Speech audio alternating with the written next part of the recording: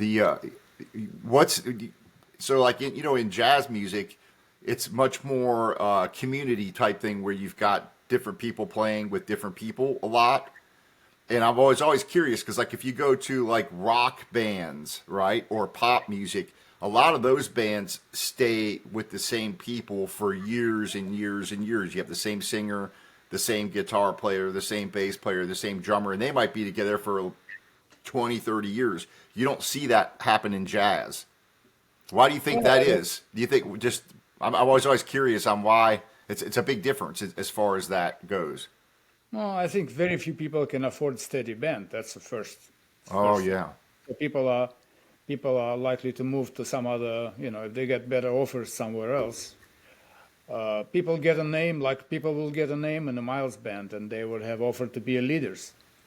So, you know, agents would come and offer them to put their own band together, and they would move on. And also maybe they get tired of in jazz. Maybe they get tired quicker of playing the same thing all over again.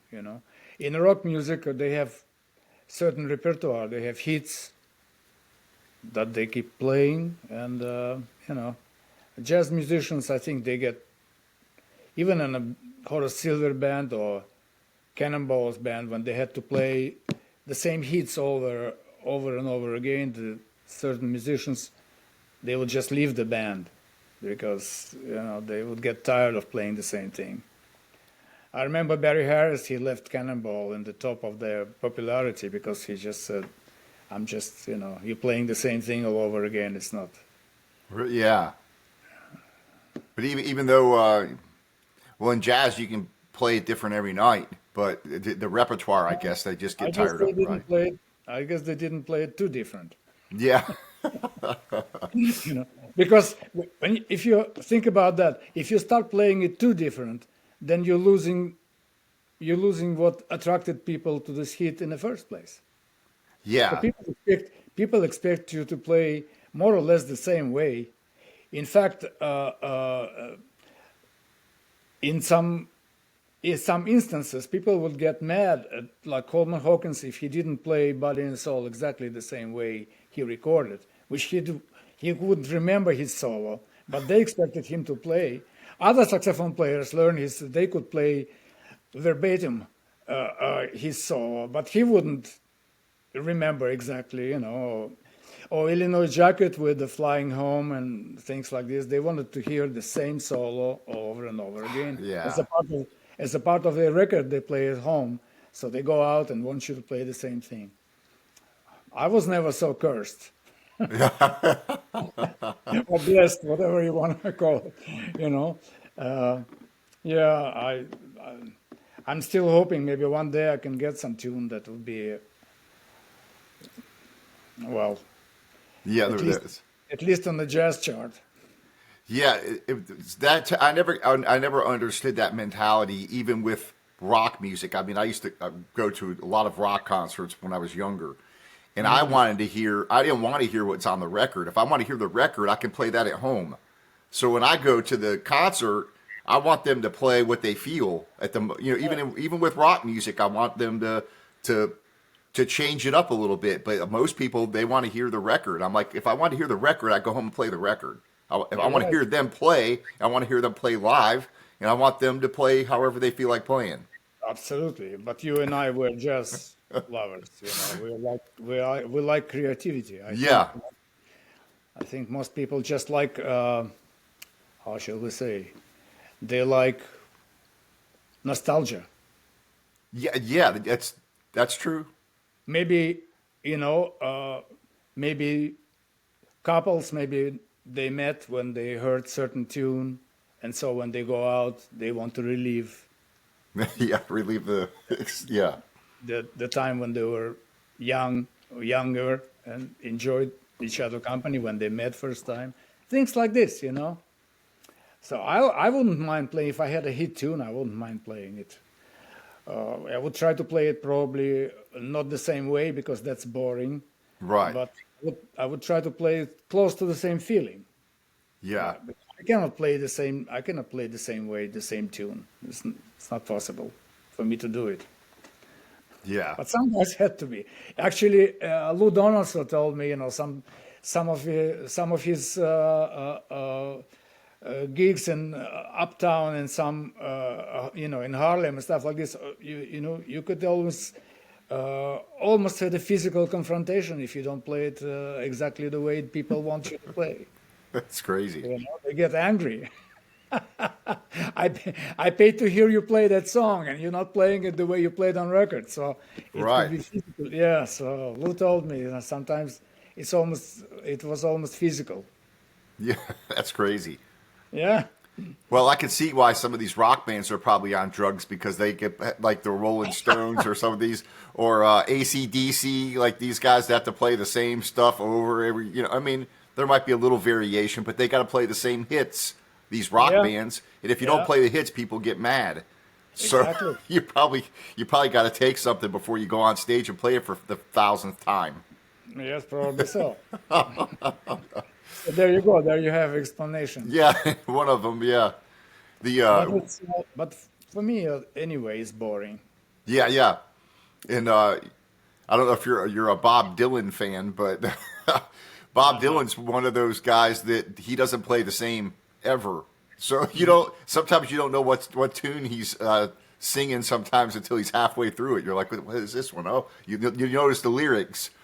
But he's one of those guys that he can't. Of course, he's been playing the same song for 70 years now. That's a lot of them. Right. Well, I think Bob Dylan thing is more about the poetry. It's more Yeah. about lyrics, his stories that he does. It's not about his singing, which is poor. Yeah, you don't like. Yeah. Which is horrible, harmonica, everything is horrid. But I think the text and that's a lot of in pop music. It's more about stories that they can relate to younger, or Sure. maybe well, the same in country music too. It's stories, Right. you know. Yeah. Stories and sometimes catchy melody that repeats over and over again. Yeah. But I always liked Bob Dylan because when I grew up, when I was in my early 20s, and I discovered him, and everybody, I was kind of like the rebel. So so many people were like, I don't like his singing, and I was like, you know what, I like it because it's different, and nobody else sounds like him. So Yeah. and I did like his lyrics because he was very, very creative. It was like putting poetry to Exactly. So I've always kind of been a Bob Dylan fan, but And that's from he got his literary prize for that. Mm-hmm. For his exactly. Yeah, so yes.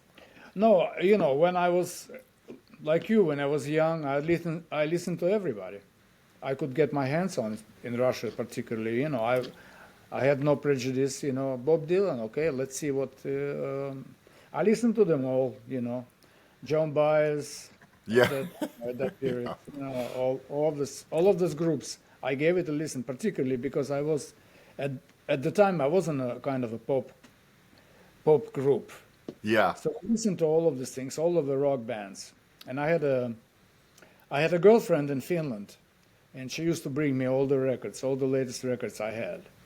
And we taped them, and when we went on the road, we listened to all of these things. Woodstock was happening, everything. Yeah. Yeah. The same time, all the rhythm and blues bands, all those things, Sly and the Family Stone, and all those funk, whatever they used to call it, rhythm and blues, the soul bands. Right. Yeah. Yeah. I used to have them all with me. We listened. We copied everything, because we had this idea we could put Russian folk songs on those arrangements, from rhythm and blues or from some rock groups like Bloods Volunteers or Chicago and all this. Because we had horns, Yeah. we had horn arrangements, and we copied some things, but with taste, if they fit. Yeah. Yeah. Yeah, for me, I still like rock music, but I don't listen to it nearly as much because it gets boring. It's not as much. If I have to be in the right mood to listen. But I still enjoy listening to that sometimes. but I listen to mostly jazz. But By the every way, once in a while. I wanted to ask you, did you get my mail when I wrote about classical pianists? Yes, Okay, so yes, I I got wasn't sure. yes, Yeah. and I haven't got bought any of the records yet because I've been so busy. Yeah, I've got a new project that I'm gonna start, which is I did some reviews for Birdbox Records out of Italy.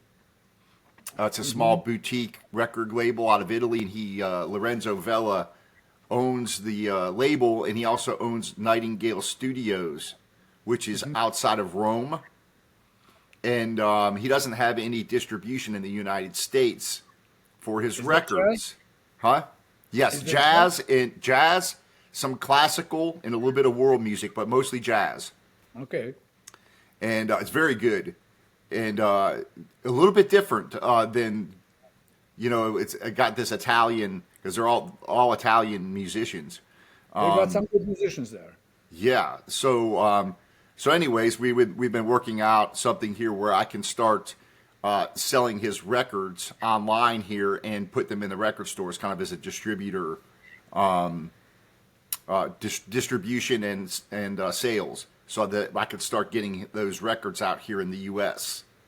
Okay. So yeah, I'm working on that. That's what I've been. I have my first shipment of records that should be coming in next week to start off with, and they're all very audiophile records. And in the studio that he records in is very interesting because it's all analog equipment. All these different types of tape machines he has. He has an analog console. He has somebody there that maintains it all and keeps it all in working order.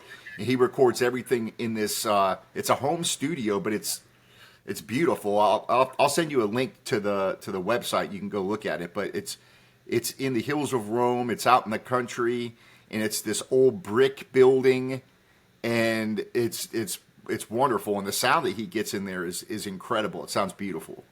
Maybe you can hook me up with him. Maybe I could do a record for you. Yeah. I would love to go to Italy. That's what I need. I need more contacts in Europe.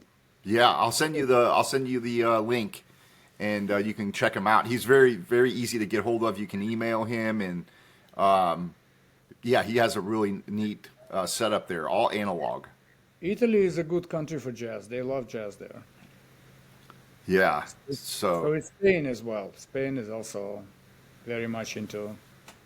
yeah. So there, I had Cristiano Giardini.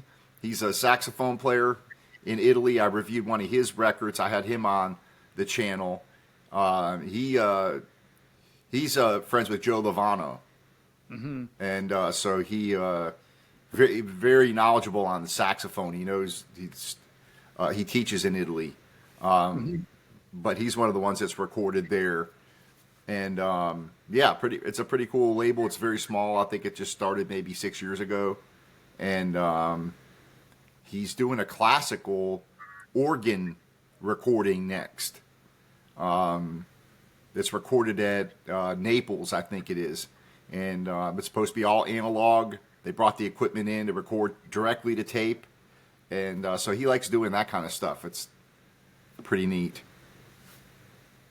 I like those guys that still do the old analogs, because it's there's an art to recording with all analog equipment versus digital, and then of course it just has a certain sound to it. Definitely. Well, you would know a lot more about it than I. I'm just listening. Well, so yeah, pretty much all the recordings you probably done have been on digital, probably, right? Because Right. yeah, so that would be that'd be kind of neat. And I was talking to Cristiano. He talked about the recording experience at that Nightingale Studios, and he says it's because he lives there. It's his house, and then I think he said his mother lives there as well. So in the middle of the recording, they'll take a break, and she brings in homemade pasta or whatever, or snacks or whatever, right?